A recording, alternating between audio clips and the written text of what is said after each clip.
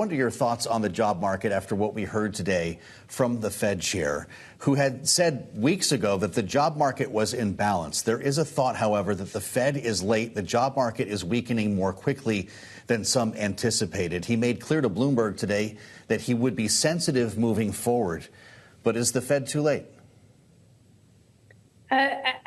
Better late than never. I was certainly in the camp that wanted to see a cut, in July, and thought that the underlying fundamentals, both on the inflation side and, as you say, and the kind of clear softening of the job market that we've really seen since January, February of this year, both of those things warranted a cut in July. They didn't get there, but I do think that they have somewhat made up for that in getting to 50 for this cut, and I do. And with 50 now out of the gate in September, I am pretty comfortable that we have nailed the soft landing and we won't see anything akin to a recession, at least in the way most of us experience it. Well, Jennifer, there is still the remaining question of how quickly a 50 basis point cut actually kicks in. If there's already softening taking shape in the labor market, what the lagged effect is on the easing side versus on the tightening side as we've been experiencing, especially given the narrative around the timing of this so close to a presidential election. Will the effects actually have been felt by November 5th, really? I think that's a great question, and I doubt it. I think that's one reason why we shouldn't make too much of the political implications of this cut. I think the Fed is doing its job. Again, I wish they would have come to a different place in July. I think had they done that, we would be in a position to start feeling some of those effects, now. But rather than relitigating history, I do think it's important to sort of see what kind of hiring expectations we can get priced in today. I think this will be welcome news. And again, I think that the main point is to avoid an outright recession. My guess is that the expectations, everyone knew it would either be July or September.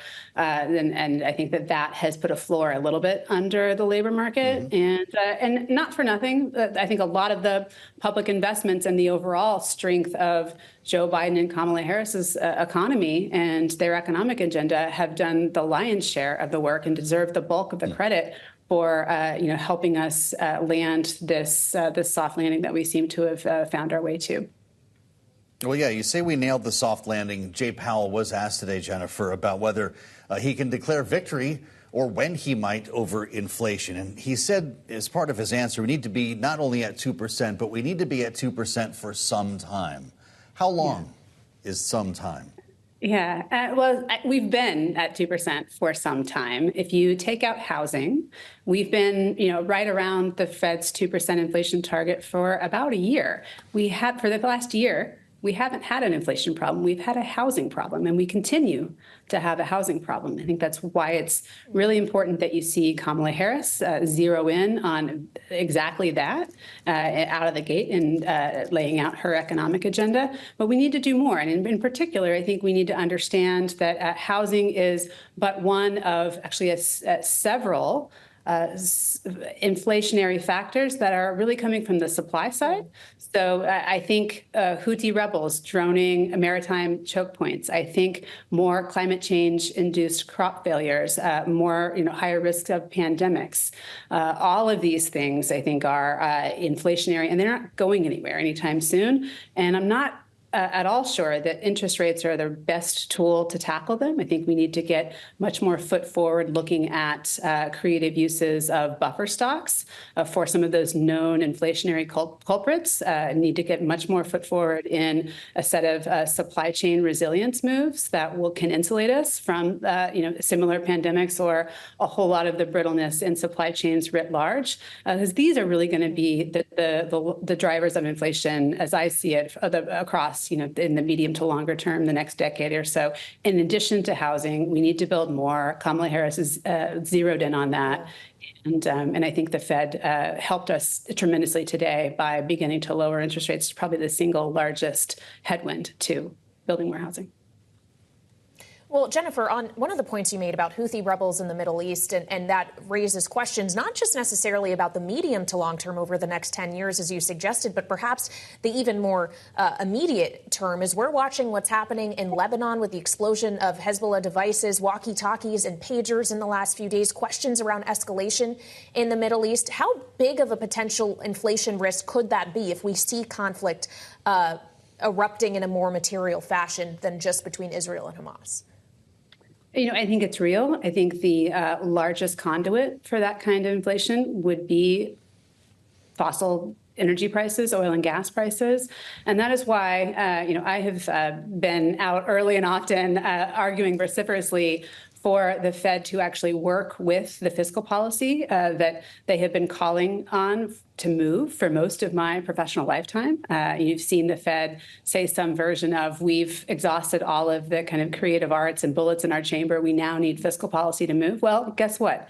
It has moved. You don't get to pick your political windows in Washington, and this is the 10-year investment horizon that we have. We've seen an investment multiplier on the IRA something around 6 to 7 to 1. Well, these public investments are going gangbusters in their ability to crowd in private investment. That I think in the relatively near term, medium term, talking years, not decades, we could be in a position to sever precisely that inflationary channel from oil and gas for good. So we wouldn't have to worry about at least the economic contagion and inflationary consequences of some of these hostilities in the Middle East. There's plenty of, else to worry about in a lot of the tragedy that we see in that region. But at least the kind of inflation that we could feel at home would be one less thing to worry about.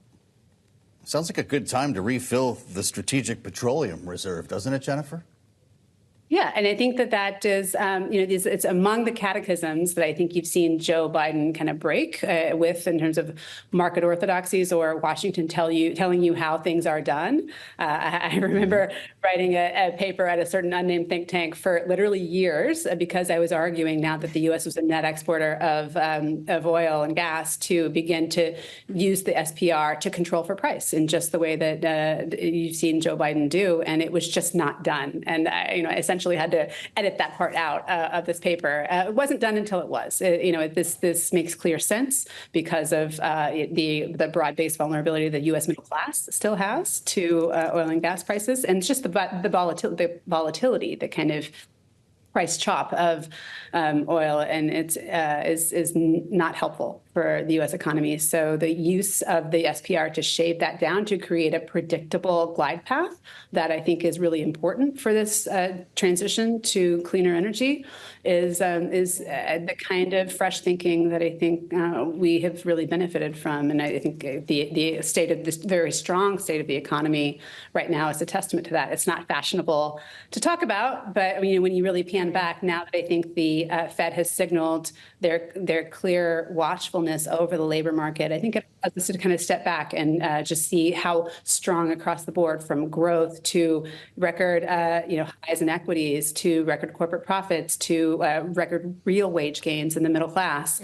There's a whole lot to like about this economy, and I think it's a direct testament to the economic policies you've seen put in place by Joe Biden and Kamala Harris for the last 4 years.